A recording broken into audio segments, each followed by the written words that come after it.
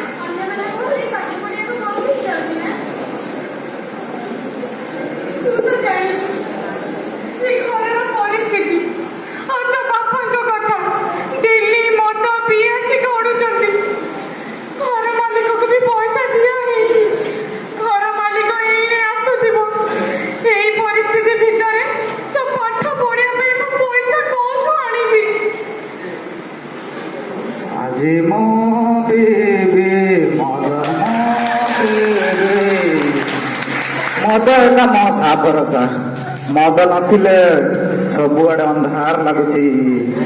मद एका मो साबरसा मद बिना मो जीवन पूरा उज्जवल। अरे कौन चलची एटी कौन चलची मो पैसा कहीं मद पीबी दियो मत पैसा दियो मो पीबी।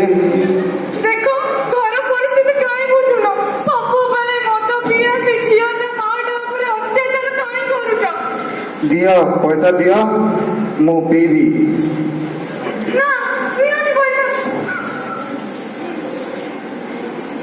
मु पीबी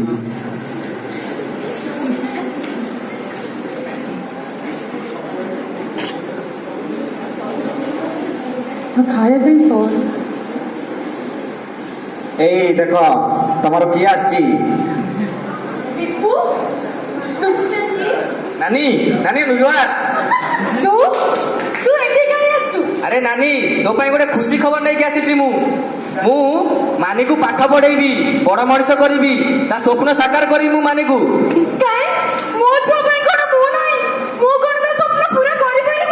कौन कहलु तू सपन पूरण कर पारू।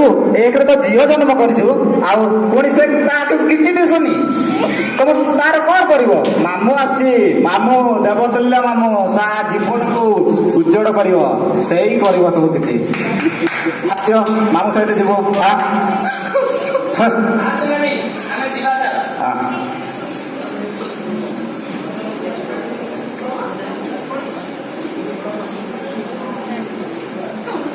मानी आज आम जीवा तू पाठ पढ़ू ना ते पाठ पढ़ा को मु आज नेबी चल आम जीवा चल।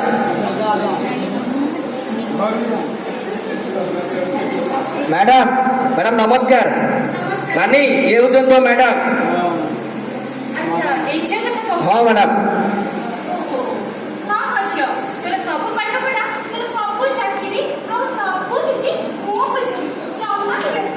है मानी तू एथर मैडम पाखे रही हौ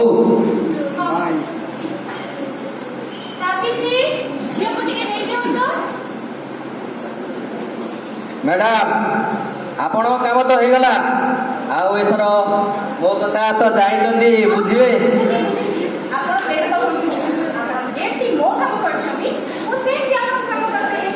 हो मैडम मु एथर आसिली नमस्कार।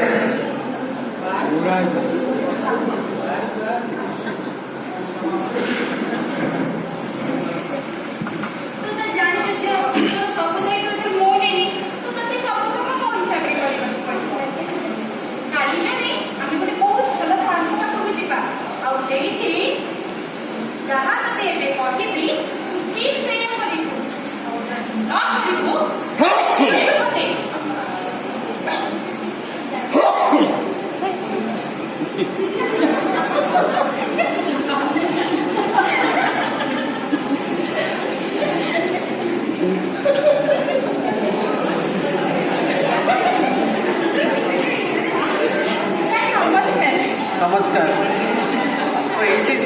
ଆଜ୍ଞା ଯୋଉ ତମ ନାଁଟା କ'ଣ? ଆପଣ କାହିଁ କହୁଛନ୍ତି? ମୁଁ ତ ତାଙ୍କୁ ପଚାରିଲି। ସେ କଥା ବି କହିପାରନ୍ତିନି। ତାଙ୍କ ଘରଟା କୋଉଠି? ଝିଅ ଯେବେଠୁ ଆସିଛ ତମ ପାଠ ପଢା ଦେଖା ରେଖା ସବୁ ଭଲସେ ଚାଲିଛି ତ?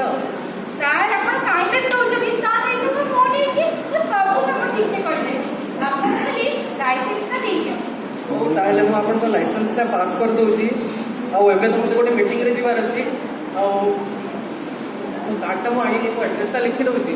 ଆପଣ ସେଇଠି ଡକୁମେଣ୍ଟସ୍ ଗୁଡ଼ାକ ପଠାଇ ଦିଅନ୍ତୁ। ଆଡ୍ରେସଟା ହେଲା ପ୍ଲଟ୍ ନମ୍ବର 217 ଚନ୍ଦ୍ରଶେଖରପୁର ଭୁବନେଶ୍ୱର। ଏଇଠି ଆପଣ ସେଣ୍ଡ କରନ୍ତୁ।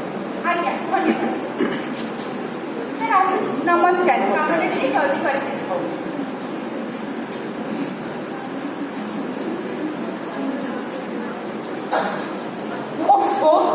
କାମଟା ଯାହା ଭଲରେ ଭଲରେ ହେଇଗଲା। ଆଉ ଲାଇସେନ୍ସଟା ବି ବହୁତ ଜଲ୍ଦି ମିଳିଯିବ। ଏଥର ଖାଲି ଟଙ୍କା ହିଁ ଟଙ୍କା।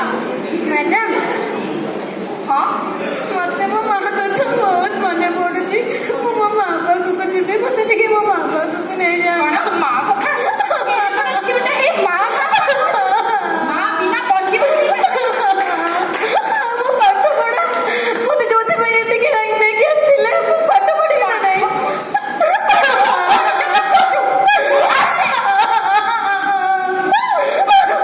ଏମାନେ ମତେ ବହୁତ ଅତ୍ୟାଚାର କରିଛନ୍ତି। ମୁଁ ଆଉ ଏଠି ରହିବିନି। ମୁଁ ପଳେଇବି। ମୁଁ ଏଠି ରହିବିନି। ମୋ ମା ପାଖକୁ ପଳେଇବି।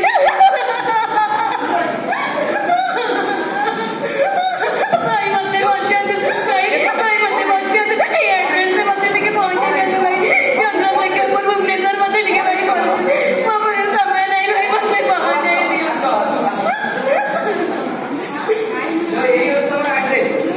ଧନ୍ୟବାଦ ବାବୁ। କବାଟ ଖୋଲନ୍ତୁ ବାବୁ। ବାବୁ କବାଟ ଖୋଲନ୍ତୁ। ବାବୁ କବାଟ ଖୋଲନ୍ତୁ। ବାବୁ କବାଟ ଖୋଲନ୍ତୁ।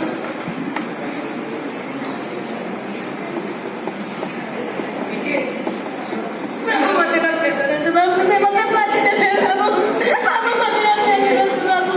ବାବୁ ଆଜ୍ଞା। ହଁ ବାବୁ। ହଁ ବାବୁ, ମୁଁ କଥା କହିପାରେ। ସେମାନେ ମତେ ଦେଇଥିଲେ, ଯଦି ମୁଁ କଥା କହିବି ତାହେଲେ ଦେଖନ୍ତୁ ସେ ମୋର କଣ କରିଛନ୍ତି ବାବୁ। ଦେଖନ୍ତୁ କେତେ ମାରିଛନ୍ତି ମତେ ବାବୁ। ଦେଖନ୍ତୁ ବାବୁ। ଏମିତି କରିଛନ୍ତି। ଭଲ ହେଲା ତମେ ବହୁତ ଶୀଘ୍ର ପଳେଇ ଆସିଲା। ନହେଲେ ସେମାନେ ଆଉ ବହୁତ ଛୁଆ ସହିତ ଏମିତି କରିଥାନ୍ତେ। ଚାଲ ପୋଲିସ ଷ୍ଟେସନ ଚାଲ। ହାय ମ୍ୟାଡାମ। ହଁ, ତ ଆପଣଙ୍କ କାମ ବି ହେଇଗଲା। ଏଇ ନିଅନ୍ତୁ ଆପଣଙ୍କ ଟଙ୍କା। ଯା ହଉ ମୋର କାମଟା ସକ୍ସେସ୍ ଏଥର ହେଇଛି। ଆଉ ଏଥର ଆପଣ ଖୁସି ଅଛନ୍ତି ତ ମ୍ୟାଡାମ? ଏମିତି ଆଗକୁ ଆଗକୁ ଦେଇଥାନ୍ତୁ।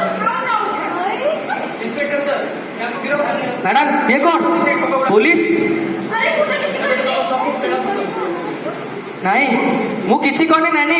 ଏଇ ମ୍ୟାଡାମ ଯାହା କରୁଛନ୍ତି, ମୁଁ କିଛି କରିନି। ନାଇଁ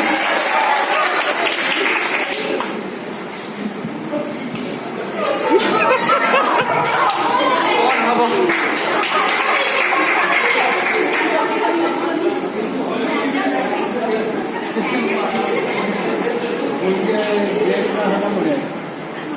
ସମାଜରେ ଯେମିତି ଦୁଇ ପ୍ରକାର ଲୋକ ଅଛନ୍ତି, ସେମିତି ଆମ ସମାଜରେ ମଧ୍ୟ ଦୁଇ ପ୍ରକାର ଲୋକ ଅଛନ୍ତି।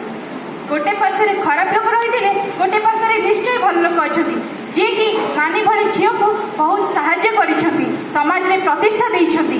ସବୁ ବିକଳାଙ୍ଗ, ସବୁ ନାରୀ କେବଳ ଘୃଣା କରିବା ପାଇଁ ହେଇନଥାନ୍ତି, କେବଳ ବିକ୍ରି କରିଦେବା ପାଇଁ ହେଇନଥାନ୍ତି, ସେମାନେ ମଧ୍ୟ ଭଲ ପାଇବାର ଅଧିକାର ପାଇଥାନ୍ତି। ସମାନତା ହିଁ ସର୍ବକ୍ଷମତା। ସମାନତା ହିଁ ମାନବିକତା, ମାନବିକତା ହିଁ ସର୍ବଜ୍ଞତା। ଧନ୍ୟବାଦ।